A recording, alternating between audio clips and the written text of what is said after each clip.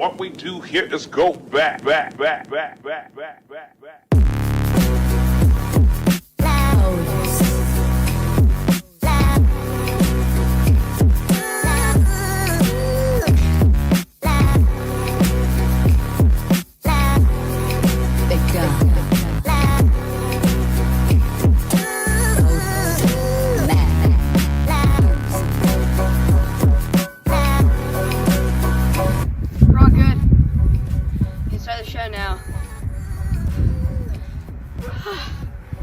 Well, hello there, and welcome to The Moon. It's Season 2, Episode 2 of Saul News. So let's jump right into the information. Saul News here. And today, it's finally Season 2, Episode 2, after a long time of procrastinating. Today, we're going to be talking about the moon. But first, we should probably talk about how the moon got here. So as Bill Wirtz depicts it, very interesting things, like this ball of flaming rocks, for example. Oh gosh. Just got hit with another ball of flaming rocks, and it kind of made a mess, which is now... As we saw, we were a giant ball of flaming rocks, and we got hit with another ball of flaming rocks, sending that ball of flaming rocks out into space, but then Earth was like, nah man, come back, and now we have the moon. And we also had a second moon in 2006. Probably like, well, we had a second, where was it? Well, it was a very small asteroid that was called 2006 RH-120. It was an asteroid that mainly orbited the sun, but got caught in Earth's gravitational pull for 13 months, which caused it to be known as one of Earth's moons. We probably have thousands of moons, but they're probably just too small for us to capture on our footages and satellites. And you're probably wondering, well, if it's an asteroid, how can it be caught as a moon? A moon is, and I quote, a natural satellite. So any natural object from the universe or anywhere that was not man-made that orbits around the Earth is a moon, or any celestial body is a moon. So let's talk about what we've been actually learning in school to have my science teacher subscribe to me. Let's talk about the moon phases. The moon has a synchronized orbit, meaning that revolution and rotation are perfectly synchronized.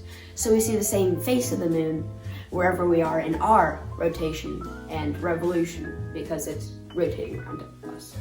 We have the moon, and there's the dark side and the light side.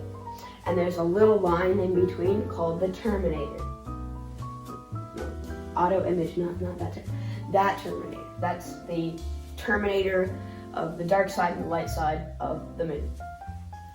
And so we see the light side because the sun from the light is hitting the moon at that specific angle, so we can see that light. So that'll show us what our moon phases are. These are the moon phases. We have the new moon, the waxing crescent, the first quarter, the waxing gibbous, the full moon, the waning gibbous, the third quarter, and the waning crescent. So the rotation of the moon goes in a counterclockwise manner, as does most of the celestial bodies in the sun's orbit. I'll go this way, not this way with a clock, this way. But so it starts off with us seeing a new moon because the sun is over here, the moon is here, and the earth is here. So the light from the sun is hitting the moon at this angle, so we cannot see any of the light from Earth. As the moon moves down, we can see a slight bit of light because the light from the sun is slightly hitting it. From here, it's half and half, so we can see half of the moon's light, and we can't see the other half. Over here, we've got a waning gibbous, where we can see almost all of the light, but not completely all of it. Over here, we have a full moon, seeing all of the light from the sun. Over here, we've got a waning gibbous, which means that the sun's light is going away, so we can see some darkness, but it's still fully bright. We have a third quarter. The third quarter is, we can see half and half, just flip-flopped, which is basically a waning third quarter. Yeah. Then we have the waning crescent, where you can see a little bit of the sun's light left. So we can differentiate the different waxing and waning, because when we're waxing, the sun's light comes in from the left, as we can see in these images, and waning, the sun's light comes in from the left, as per these images. So now that we're done talking about that, we can now talk about the eclipses. We have the solar eclipse, where the sun, the moon, and the earth are completely aligned, so that the sun's umbria, which is the darkest part and the smallest shadow, can hit the earth. Then we've got the penumbra, which is the lighter shadow, which is a lot bigger. And then we have the lunar eclipse, where the sun, the earth, and the moon are completely aligned. And the moon's umbria completely covers the moon, and then the earth's penumbra, which is the larger one, can. And a total solar eclipse is when the umbria hits a certain part of the earth, and you can see the sun completely covered up. And then a partial eclipse is where you can see part of the sun covered, and it's in the penumbra. It's the same thing that goes for the lunar eclipse. A total lunar eclipse is where the earth is where the moon is completely covered up by earth, and a partial is where the moon is half covered up. And you're also probably wondering why we don't have one of those every single 28 days or every single lunar rotation.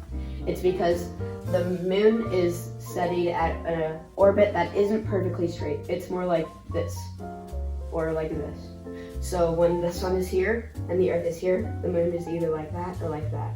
So it's not always perfectly centered, which causes an eclipse. So if you thought the moon landing was fake, let me throw some information in your face. So you probably know the guy, Sir Isaac Newton, who threw 2 bowling balls off of the Leaning Tower of Pisa to prove that gravity was a thing. You guys probably believe that.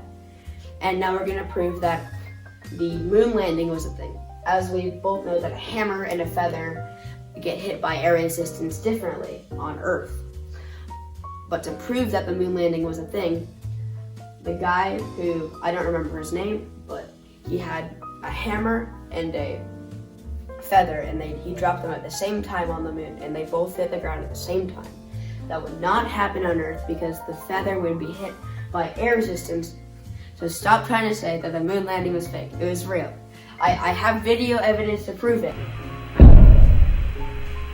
Well, in my left hand I have a feather. In my right hand a hammer. And I guess one of the reasons we got here today was because of a gentleman named Galileo a long time ago, who made a rather significant discovery about falling objects in gravity fields. And we thought that where would be a better place to confirm his findings than on the moon. And so we thought we'd try it here for you. The feather happens to be appropriately a falcon feather for our falcon. And I'll drop the 2 of them here, and hopefully they'll hit the ground at the same time. How about that? Okay, sorry about throwing that all in your face. And just to end off, if there's any moon aliens coming down from the moon and they want to see this video, please subscribe. I'm desperate.